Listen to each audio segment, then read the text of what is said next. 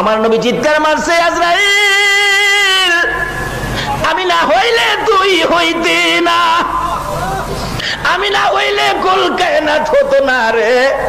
আমার বুকের উপর হাত দিছো, আমি এত কষ্ট পাইতেছি রে আজরাইল, না জানি আমার গুনাহগার উম্মতের কত কষ্ট দেস রে আজরাইল।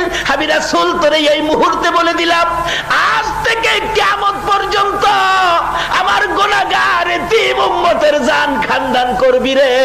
আমার উম্মতের সকল ব্যথাগুলো আমি নবীর বুকের উপর চাপাইয়া দে। আমার আল্লাহ বলেন, বন্ধু দিতে হবে না, চাপাইতে হবে না, এই দরখাস্তটা করার জন্য একটু ব্যথা তোমাকে দিলাম।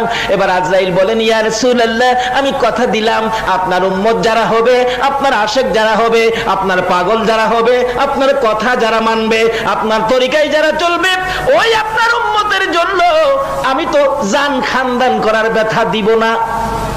নবী গো আপনার সাথে ওয়াদা দিলাম, আপনার উম্মত যারা হবে গো, আপনার উম্মতের জান আমি এমন ভাবে খানদান করব, ছোট ছোট বাচ্চারা যেমন মার স্তনের দুধ খাইতে খাইতে ঘুমিয়ে যায়, কোনো খবর পায় না, ঠিক এইভাবে আমি আজরাইল আপনার উম্মতের জান খানদান করব।